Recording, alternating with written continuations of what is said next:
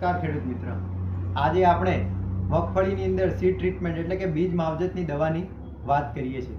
ઘણા બધા ખેડૂતો બીજ માવજતની દવા માટે પરેશાન રહે છે કે કઈ દવા નાખીએ જેના કારણે ડોળ, ઉધઈ અને ફૂગનો પ્રશ્ન કંટ્રોલ થાય। બજારની અંદર ઘણી બધી કંપનીની ઘણી બધી સારી દવાઓ મળતી હોય છે, પરંતુ આપણે જોઈએ તો સુમિટો કંપનીનું ડેન્ટુ છે, કૃષિ રસાયણનું કોસેરા છે કે આ જીવાગ્રો કંપનીનું ઇકોચેમ છે। આ ત્રણેય દવામાંથી કોઈ પણ એક દવા એનો ઉપયોગ આપણે મગફળીની અંદર બીજ ઉપચારની અંદર કરવામાં આવે તો ડોળ, ઉધઈનો પ્રશ્ન ખૂબ જ કંટ્રોલ થતો દેખવા મળે છે। અને સાથે સાથે ફૂગની દવાની વાત કરવામાં આવે તો ફૂગની અંદર સિસ્ટીવા છે, ટસ્ટોન છે કે આ સ્પ્રિન્ટ પાવડર છે, આ ત્રણેય દવામાંથી કોઈ પણ એક દવાનો જો સીડ ટ્રીટમેન્ટની અંદર ફૂગ માટે ઉપયોગ કરવામાં આવે તો સારા પ્રમાણની અંદર આપણને રિઝલ્ટ દેખવા મળે છે।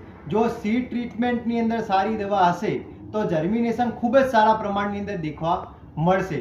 પણ ખેડૂત મિત્ર, જો ઉપયોગ કરવાની વાત કરીએ તો સૌથી પહેલા આપણે ડોળ, ઉધઈનો દવાનો પટ સીડ ઉપર પહેલા આપવાનો અને એના પછી જ ફંગીસાઇડ દવાનો પટ આપવાનો।